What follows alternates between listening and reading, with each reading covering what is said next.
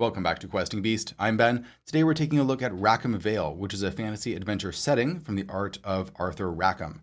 So Arthur Rackham was an illustrator from about 100 years ago in the golden age of illustration, and I think most of his work is now in the public domain, which makes it prime fodder for being used in D&D zines. This was put out during the Zine Quest 3, I believe, but it's really not a zine. It's quite substantial. I think the page count is like 150 pages, so really it is a kind of micro setting that you can plug into most D&D games. It's designed in terms of its stats for old school essentials, and I think it would work really well with other things by that brand, like Dolmen would. Before we get into it, though, quick shout out to today's sponsor, which is Into the AM, and their series of fantasy, sci-fi, and psychedelic themed t-shirts. This one is one of my personal favorites. Got this kind of cosmic space owl. Works really well if you're running something like Labyrinth, or if you're running a fairy tale-like game, for example, Rackham Vale or Dolmenwood. This one also glows in the dark, which is really fun. It kind of delights my inner 10-year-old like that. Right now, Into the AM has a deal going on where for $60, you can get 3 t-shirts in a bundle. And if you use my link in the description down below, you can get an additional 10% off. So go down there and check that out for yourself. So let's see what we get inside Rackham Vale here. This is done by Brian Saliba and Craig Schaefer. And it just has a little bit of background on the back here about Arthur Rackham. I'm kind of surprised that this is the first time someone has thought to do this. There's a lot of classic Golden Age illustrators who have tons of public domain art now, so making a setting out of it is a smart idea. It's glue bound, but it's very nice. It feels very heavy and substantial. It has thick, kind of glossy paper. The cover feels very soft. It's all done in black and white, so unfortunately that does miss out on some of Arthur Rackham's color illustrations, but I'm sure that's done to help keep costs down somewhat. Like I said, it's glue bound, so things don't quite lay flat. It's not too bad. If you're holding it, you're going to have to hold it open a little bit in order to read it, but because it is a fairly small size, that's not a huge deal.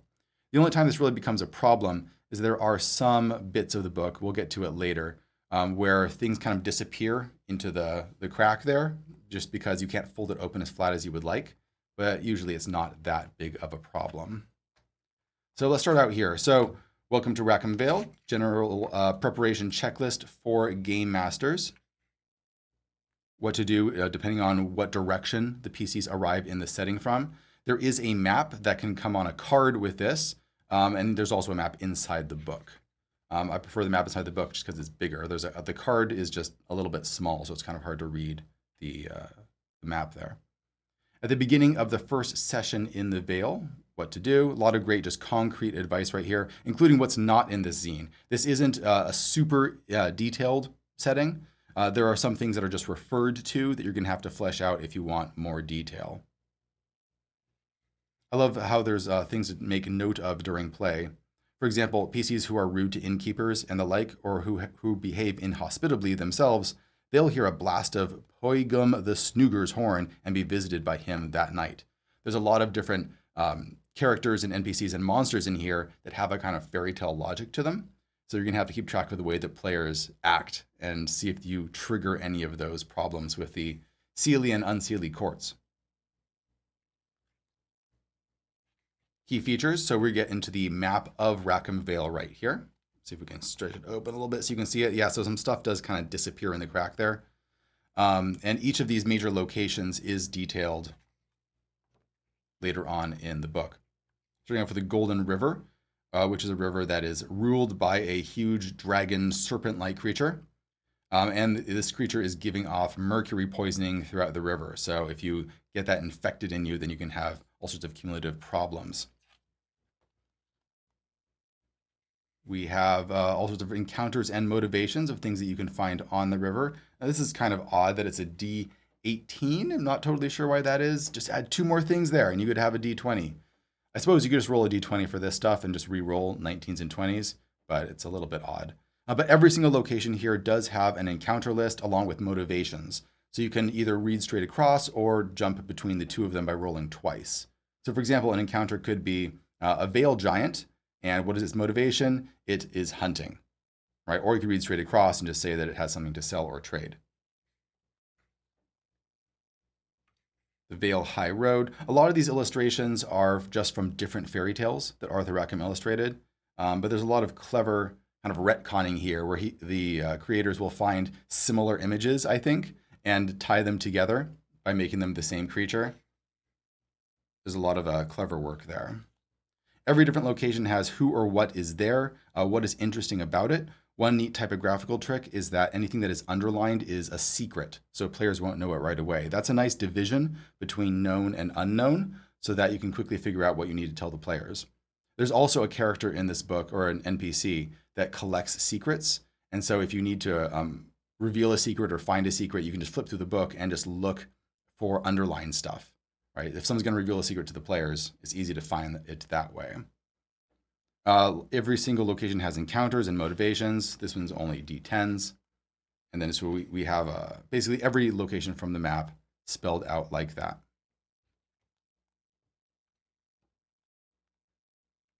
We have this bridge. The giant serpent that lives in the river that runs right through the setting doesn't like anyone to cross without paying a toll. So people are throwing gold into the river beneath this bridge in order to cross. And the more gold you throw, the less likely it is for the monster to come up and try and eat you.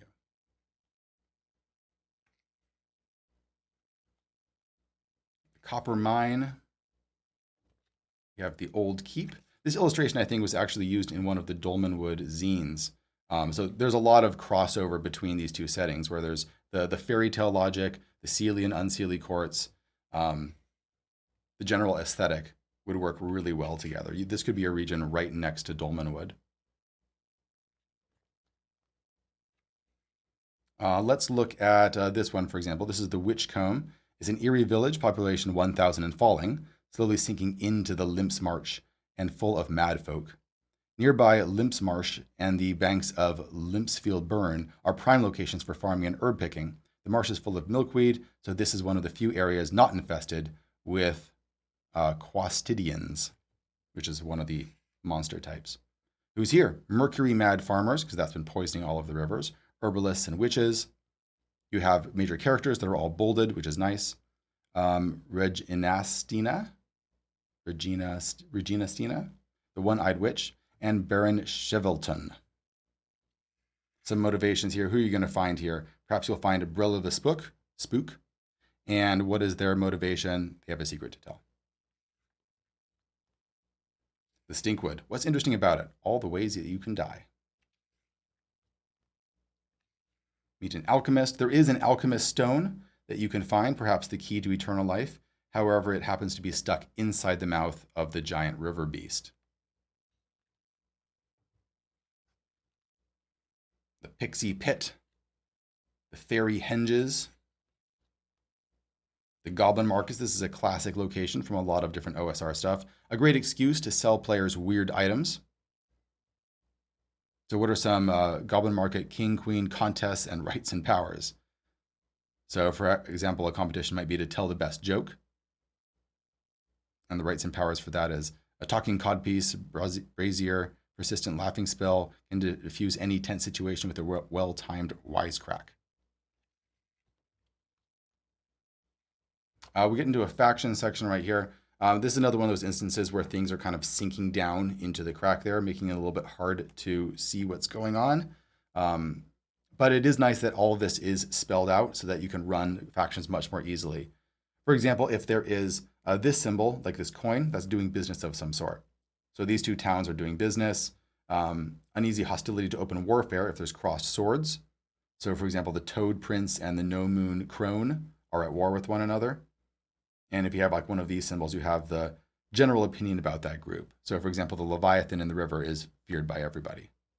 Whereas the Seelie court, for example, is highly amused by all mortals.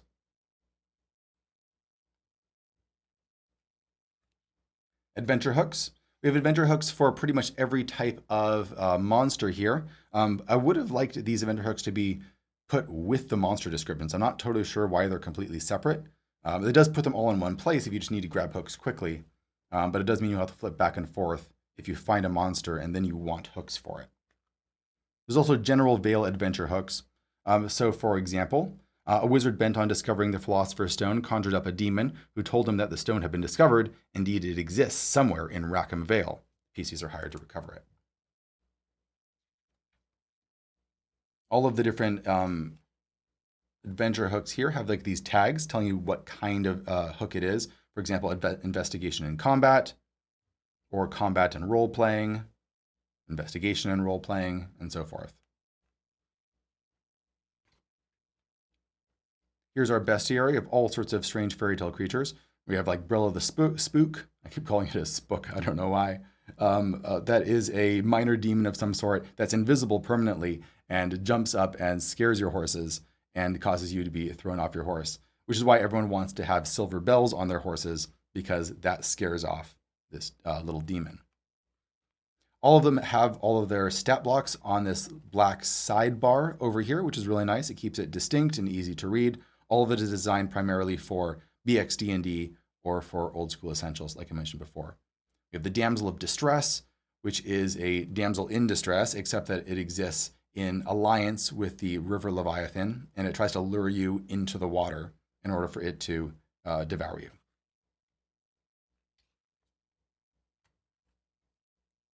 We have Druppy Caps, Druppy Husks, which are basically confused zombies, but done in fairy tale form.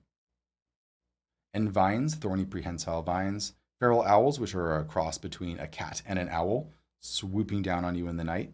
The Fish King. Gorkle trees and Trinisoan, who these are like carnivorous trees essentially that pull you down under the water, and this is a fairy that is in league with them, or possibly enslaved by those trees in order to help them. The King of the Golden River himself, the Leviathan. That's a great dragon right there. I love that illustration. That's a lot of fun. It can crawl onto land, but doesn't like to do so. So what does it hate? All the different creatures have what it likes and what it hates, which is great because you need to be able to role play them. So what it likes is gold, but not as much as flesh. It enjoys mundane animals and mortals, but finds fey folk and mythological creatures positively divine. In combat or when ambushing creatures near the shore, it will target fey first. We have Nimberlangles, which are nocturnal seelie revelers. You probably don't want to run into these people. All of the characters as well have role-playing aids or descriptions up there at the top, which is nice. So these people say daytime, sleeping it off and very grumpy, or nighttime, party. Very straightforward. Whereas, for example, the No Moon Crone, her rules for role-playing are that creepy great aunt who doesn't understand personal space. Everyone is a toddler who wants their belly poked and their cheeks squeezed. Uses outdated terms of endearment like dearie and sweeting. So that's really nice. That helps the game master out a lot. The No Moon Crone in particular has different forms depending on the current phase of the moon. So the book recommends that you keep a calendar and actually track moon phases, which I like. I love having calendars in long campaigns.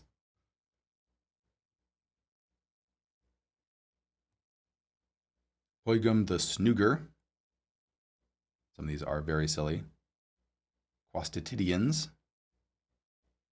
The Questing Beast, that's how you know this book is full of great taste and discernment. It has a questing beast in it, also known as the Beast Gladizant. I've got a lot of questions from people asking what the Questing Beast is. It's, in tradition, it's a mythological creature from Arthurian legend. So Sir Pellinor used to chase it around, and it's fleshed out here as an actual being in Rackham Vale, which is great. We got Root Trolls. We have the Serpent Tangle, which is a 20-headed serpent guardian. What it hates: virtue. Anyone evincing or demonstrating any of the 7 heavenly virtues, prudence, justice, temperance, courage, faith, hope, and charity, within smelling distance will be attacked mercilessly, though not at the expense of leaving the yapple tree open to pillage. Slaver Kiril Nang. The Toad Prince. What role-playing tips are for him. Hold, you are surrounded. There is one among you who I would speak with. You, with a pointed hat, starry robe, and glowing walking stick. Step forward and pray that your sorcery is equal to my task. He sounds like he'd be fun to play. Got some Veil Giants, who are also assisting the Questing Beast. Violent Youths, who are characters that have been cursed by the Questing Beast. If you actually try and slay the Questing Beast, then, well, you can't. It's immortal. It's just going to regenerate. But it's going to curse you to be a wild-eyed youth, unable to speak, who can only attack like a hound and seek greater and greater violence. weather vanes, sentient weather manifestations. I love that there's a whole bunch of these depending on different types of weather. So for example, there's one that's just sunset reflected in a forest pool or thunderclouds approaching over distant mountains. And we got some tables at the very back for generating more stuff if you want more information about the Rackham Vale. Like a mortal site or settlement, roll a d20. What do you get? It's a forge, maybe. Who is here? 1d6 prospectors or miners. Or maybe there's a hermit there. Or maybe there's some escaped slaves. What's interesting about this forge? Let's roll one right here. Let's see. It's built on the banks of a small stream, spanned by the Bridge of Disgusting Noises. This acquired its name after a dainty maid named Miss Rubbin managed to simultaneously sneeze, burp, and fart while crossing it. Crossers not adhering to the custom incur the prurient wrath of Miss Rubbin's ghost. Fey sites and settlements. What is it? It's a maypole. Who's here? 1d10 unseelie unicorn hunters. What's interesting about that? It's D100% of it is edible. You can eat that maypole. Create some random creatures here. For example, a witch or a wizard that is entirely made out of spiders. There you go. Some backers at the very back. And a little note about Arthur Rackham himself, who died in 1939. So yeah, I think all of this stuff went into the public domain fairly recently. We have a chart here for actually tracking the calendar, which is really nice that they include that as a little supplement. So that's Rackham Vale. Really great if you want a very fantasy that's in a classic vein or like a fairy tale vein, or you want some expanded material for Dolmenwood. The physical print edition is quite nice. I'll put a link to that down below, as well as where you can get that PDF version too. Before we go, shout out to some of our new patrons over on Patreon, including Louis Joseph Benoit, Kyle Knott, Nick Precioso, Stian Torjussen, Joel Hines, Matthew Morris, Jenna Simple Goblin, Andres L. Villano, Christopher Chieta, Jean Frederick Dupree, Zachary Taylor, Brian Molina, C. Walsh, and Craig Murray. Thank you so much for supporting the channel. And thank you all for watching. I'll see you guys next time.